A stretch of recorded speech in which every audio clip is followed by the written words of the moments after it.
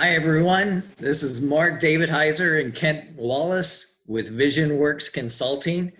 We've just been doing some segments to help you and your boards. Our last segment, we began a series on onboarding. We found it to be such a critical thing for all organizations, especially with continual turnover on boards. Getting your board members up to speed, appreciated and valued as soon as possible. We talked about mission and vision last time and philosophy and some technical things to cover. This time we want to focus in on the role of a board member in an organization. Yeah. Kent, you want to start us out with that? Yeah, thank you, Mark. And this is Vision at Work. That's who we are, where we come alongside organizations and help them put their vision to work. And this is something that I think onboarding new board members, I would say, is a lost art, if it even was an art. I know I've been on multiple boards. I think Mark can speak to this too, where there was no onboarding. Like, you showed up for the first meeting after being voted on, and you were handed a binder, or maybe not. You were given a packet for that month's meeting, and you started serving. And I just remember thinking the whole time, this probably goes back 30 years now, of wow, there should be a process that actually gets me up to speed, which would lift my comfort level so that I would participate more effectively sooner. And so that's what this is. This is really Mark and I's, combined 60 years of experience working with nonprofits and going, you really should do this on purpose. You should not just hope people catch up. You should sit down with brand new board members over a series of weeks and get them up to speed, so that very first meeting, they feel valued and they feel like they're free to share their perspective. So that's the session 2 about talking about this. And step 1 really is, we have another training segment we do called 11 Laws of Boardmanship. And it's really just teaching a board member how to be a board member. I mean, we make a huge assumption here, which is that every board member is always served on a board, but you should actually teach them what are the 10 most important principles when it comes to being a board member with this organization. And, we cover a general session that you get to kind of look up on our website and follow that if you want to, or create your own, which is, like participating in conversations, coming board ready and prepped, read your minutes, make sure you understand what Robert's rules are. I mean, there's just a number of simple principles that you should not take for granted. And I don't care if it's a 25-year-old board member or a 75-year-old board member. Don't assume they know. Don't assume that the way they've always participated on a board has been effective.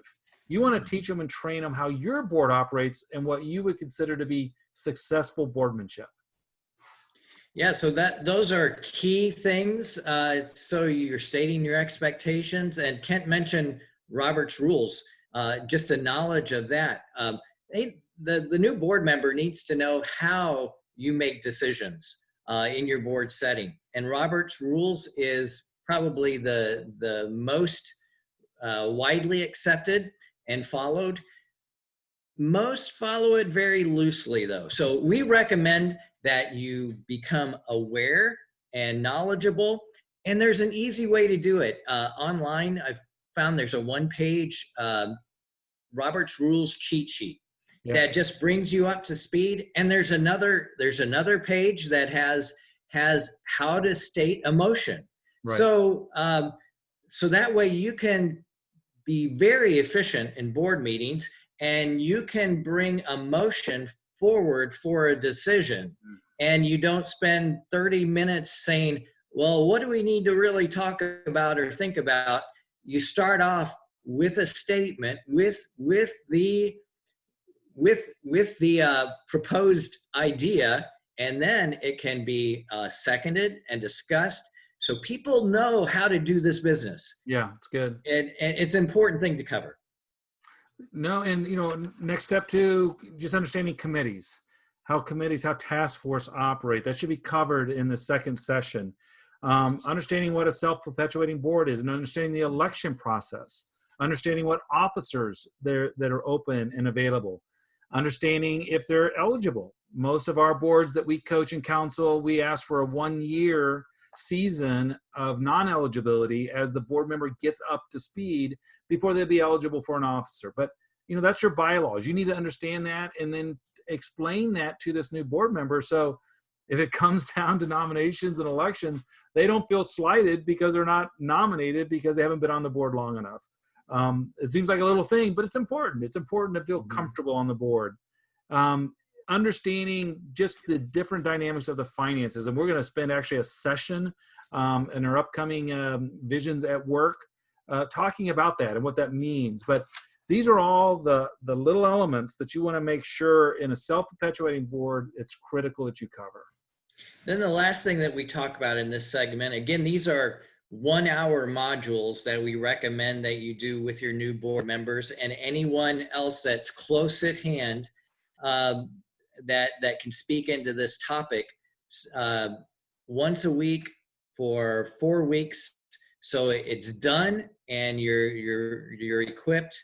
But if you have expectations and hopes for your board, it's also good to have an evaluation tool. Yeah, absolutely. For your board members individually, but also possibly the board as a whole. And a starting point would be in a self-evaluation. So the same expectations you have, you just have an evaluation tool where a person can read it and go, have I done this? Oh, I haven't. Have I done this? Oh, I've done okay. So they can self-check as a starting point. And so you don't feel like you're grading someone else, but you're holding one another accountable to a standard. And that's the part of any team. And the board is really just a very important team, that you're holding one another accountable to taking the action, the time, the focus necessary to make these important decisions and have this important involvement for the benefit of such a great cause, the cause you're serving. One of my, go ahead, Mark. No, that's it. Go. One of my good friends, executive director of a very successful ministry, has a tagline, which I hate to death, by the way, but it's painfully true, which is a statement that it's not what's expected that gets done, it's what's inspected.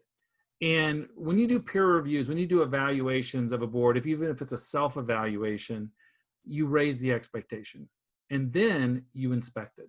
And as a result of simply checking, simply knowing what's expected of me and knowing that I'm going to be looking at it, or the peer group, the other board members are going to be looking at it, raises your quality of participation. And that's what you're going for. You want everybody on your board giving their very best. Mm-hmm. And having clear expectations that people are actually speaking into and checking on raises that expectation. Everybody performs better. The board meetings go better. Everything is better when you have those things clearly communicated, and do it early on the onboarding process. Yep.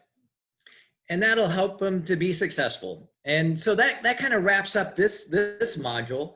And then the next module that we'll talk to is in our Vision at Work is board member understanding of finances. Right. A big one and very important.